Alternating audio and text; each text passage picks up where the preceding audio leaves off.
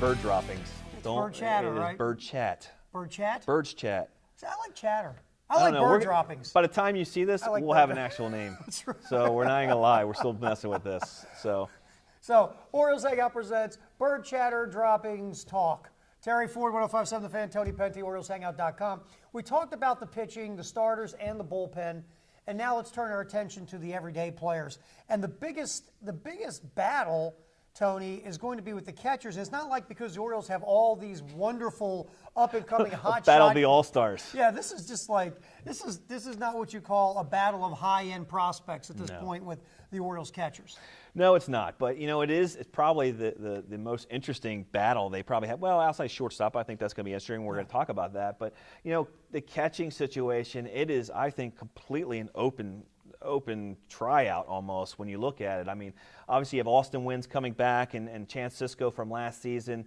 I think Austin Wynns probably has the best chance of at least making the team in some role and having a share of the starting. I don't think anyone out of this is going to win a complete starting role. I think you're going to see guys are going to share this no matter who they pick out of these guys. Chance Sisco, coming off just basically an awful Hindenburg type of season last season.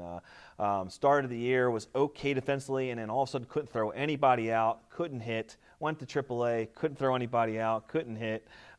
Really a really bad year for him. The best thing he has going for him, whole new group of people, Yep, right? absolutely. We don't know how Brandon Hyde's going to value defense. I would imagine most of them value catching defense very much, but maybe they give him a little bit more rope than Buck Showalter did last season because, again, I'm not a huge Cisco guy, but I do know there are folks that do think that he will hit eventually.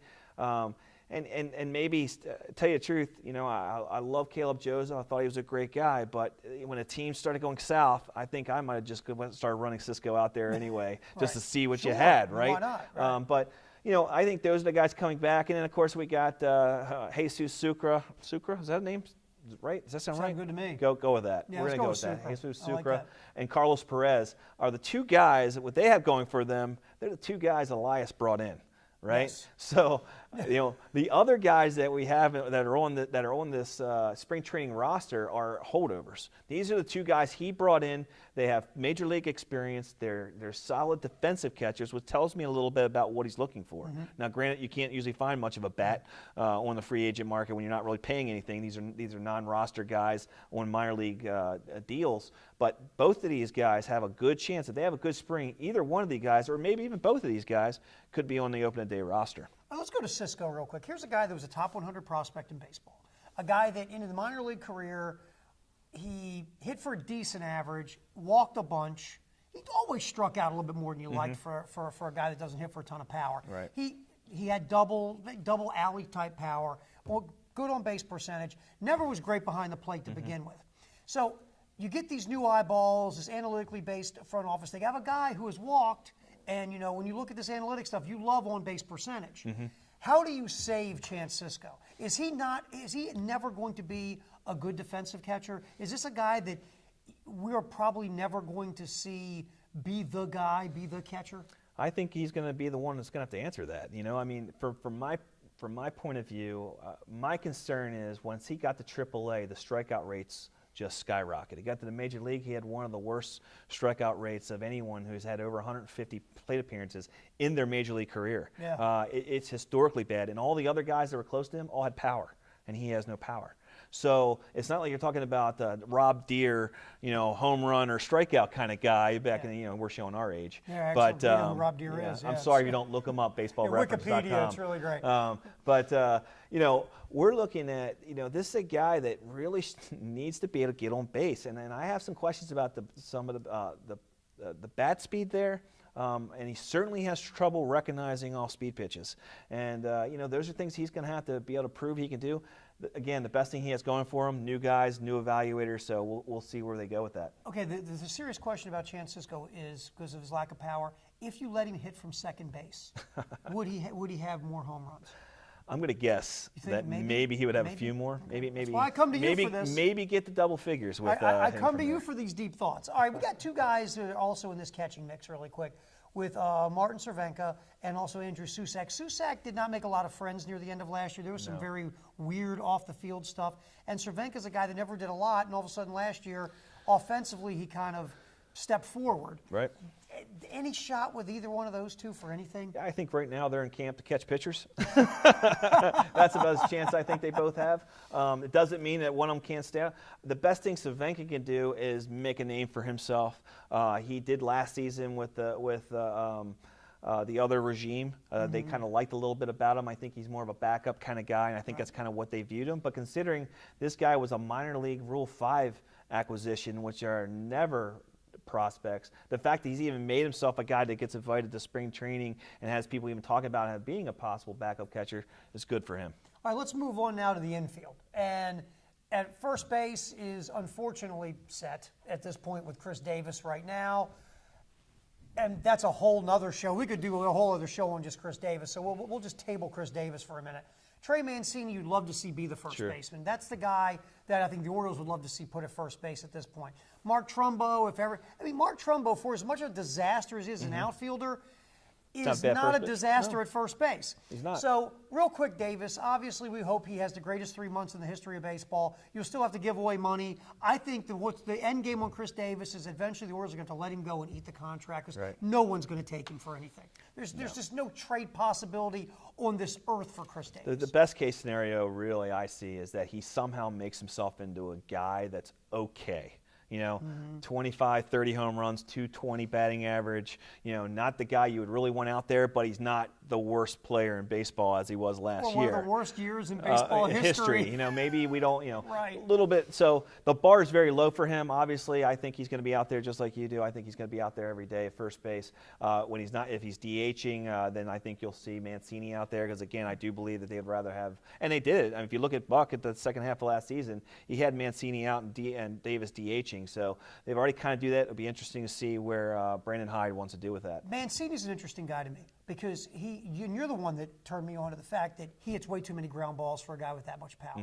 So this new regime with the analytics and how they break down, the way you hit from the quadrants at the plate and all these ground ball rates and all these other things, Mancini is a guy that is going to be, it's going to be worth putting an eye on to see what do they do with his swing? Do they change him a little bit to where he gets more lift and takes advantage of his power? Mancini is one of those guys, maybe the analytic crew can take him to another level. Maybe. Absolutely. Very well could, but here's one of the things that you have to remember when it comes to this. This is a guy that's in the major leagues right now, has had some success.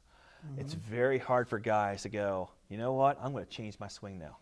I'm going to make some adjustments because the first time he goes 0 for 4 with 3 strikeouts with the new thing, he's going right back to the old swing. It's just the nature of the business, right? Because he doesn't want to go back. He's kind of established. He's starting to become a team leader. So I agree. I mean, there's some things here. The one thing that Mancini has going for him is extremely intelligent baseball intelligence. He's if you look at, this is why he's been able to maximize his talent level. Yeah. This is why an 8th round draft pick is sitting in the major leagues and has had some success. And I like Mancini as a hitter. I think he has a very good play. He works some things very well at the plate. He's dangerous. But if he wants to take that next level, he's going to have to lift the ball a little bit more. And maybe that's something he can kind of work on this season to do. All right. So, and obviously Trumbo, real quick, have a good 3 months so you can be traded. Well, one thing is Trumbo may not even be able to play. I guess he's got this knee injury you're talking about where, he's like, I might be ready, I might not be ready. And some people have said this is an injury that sometimes takes 12 months or more to go through. And I think this kind of happened in August, September last season. He was dragging it around for a while, not saying anything to anybody. So here, I think he had the surgery, I think, in that time period. So he's less than 12, he's not that far out from the surgery. So I think here's the deal with him is that he very well may not even play until late in the year, so he may not be part of this at all. But if he does show up, I'm sure the second they can dump him for, and I hate to say that because he was a good quality baseball player and using words like dump him, but at the end of the day is you can get a box of baseballs or even we give you a box of baseballs to take him, they're going to want off the roster. He hits a home run opening day. I will take Big League Chew and stirrups for Mark Trumbo. Okay. Jonathan VR is set either second base or shortstop, either way. VR showed some of what he shows through his major league career. He's had one big year in Milwaukee where he was fantastic. but he's a guy with some skills and ability. And another guy in a new front office, they might say, have a good 3 or 4 months, and maybe somebody will take you, and we can get a prospect for Jonathan Villar. He very well could be a trade chip. I mean, there's some talent there. It's really surprising. It's really interesting, the fact that he way outplayed Jonathan Scope. Yeah. And the Orioles not only got VR, but they also got Ortiz, along with him for that. So, and then even Carmona, who, as we can talk in another segment about Carmona, the shortstop prospect is only 18 that they also got in that trade. So the fact that VR showed up, and to me, I was really surprised this guy was kind of, I don't want to say dumped for Scope, because Scope had some value there, but VR's a pretty good looking player. He steals bases, he gets on base. He can play a really solid second base. He's got good range over there. He didn't kill you at shortstop. I mean, he's a little bit, I think a little Tim Beckish on errors, but he wasn't foolish like Beckham was at shortstop. He didn't do those silly things. You're like, why is he doing that? So I like VR as a player, and he's definitely a guy. If he has a great first half, he would definitely be a guy that I would try to move for something. And one other thing, we never speak of the name Tim Beckham ever on this show again, ever. All right, anyway, Tony Penti, OriolesHangout.com. We look at Richie Martin and Drew Jackson, the two Rule 5s. Richie Martin is the one looked at more, former first-round pick with the A's, had a breakout season last year, but you, my friend, dug up some very interesting numbers on Richie Martin, because my thought was, here's your former first-round pick from a few years ago, right, has his best season in the minors, and he's Rule 5'd. Yeah. Why possibly could he have been Rule 5? Well, one of the things that we looked at was, why would this guy would be Rule 5, considering, again, like you said, former first-round pick. He had coming off a great year in AA. Well, when you look at the hitting, first he's in a hitting league in the Texas League. Second off, he has tremendous ground ball rate. Literally hits 2 ground balls to every fly ball. And that is very hard to translate into the major leagues. He's going to need some sort of adjustment to lift the ball more, right? He doesn't have blazing speed. He's not a bunter. He's not a slap hitter kind of guy, really. And then also look at, he had a 357 batting average with balls in play, and that's really high. That's really high. I meant a lot of balls found holes. Yes. So there's some question on the bat there. The good news about him is defensively, this is a guy they think can step right into the major leagues and play defensively, and that's going to be important as you're trying to figure out these pitchers. I think they're going to want as much good defense they can do back there. Right now, when I look at all the other people that are in competition, he's got the edge defensively at shortstop over anybody else, even probably VR overall, which I like VR a lot better at second base than I like shortstop. So I can see him getting that leg up, but he's going to have to hit something. You can't have him out there hitting, Chris Davis-like. Right. Sorry. People cringe when you say that. And by the way, batting average with balls in play, the average is 300. So when you hit 357, you found a lot of holes that you probably won't find the following years. That's the point. All right, to third base real quick. Renato Nunez, Rio Ruiz, which is another interesting guy that Mike Elias knows very well, and maybe even Ryan Mountcastle. Talk about third base real quick. Yeah, I think Nunez is the guy right now. I think he had a good enough season last year that the Orioles are probably going to want to have a whole solid year with him. I think Ruiz is brought in to be competition for him. Again, what does he have going for him? We're talking about a guy who has come in who was brought in by Elias, and that's going to give him, I think, a leg up, because somebody liked him. But at the end of the day, I think Nunez is the guy that basically has the job to lose there. And Mountcastle's a guy that I think they're going to send back down to AAA. He's not a third baseman. We have him listed as a third baseman. I can't believe that they would ever play him at third base in the major league level. I'm hoping the most interesting thing with Mountcastle this year, do they make the conversion? Do you see him out in left field, or do you see him at first base in the minor leagues this year? All right, who's the utility guy? You got a bunch of guys here. Pick me the utility guy real fast, and we're going to see. Well, it could be the loser out of Drew Jackson and Martin. And I think both those guys have an outstanding shot as Rule 5 guys to make the team.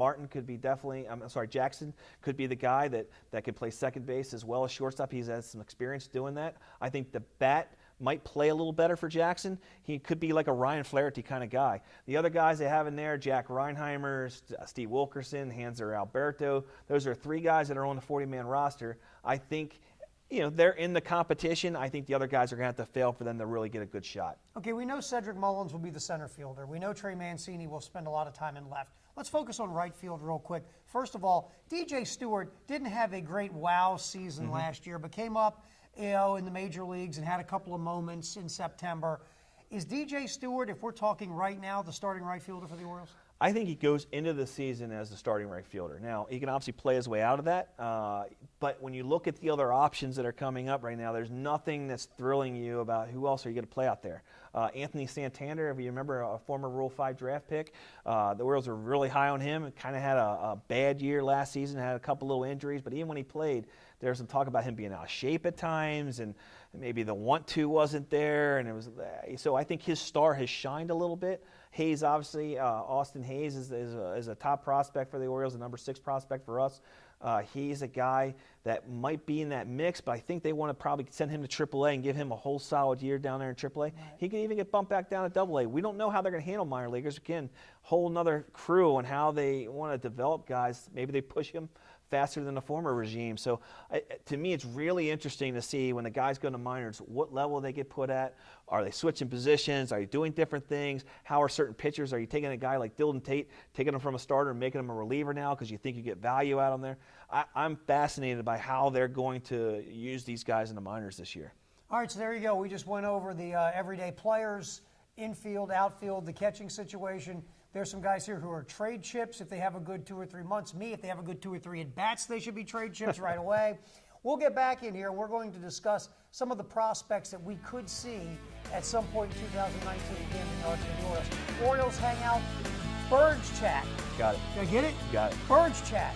Terry Ford, Timmy Penty. I just want to do that for fun. That's Terry good. Ford, Tony Penty. We'll be back and we will talk about prospects for the upcoming season coming from the minors.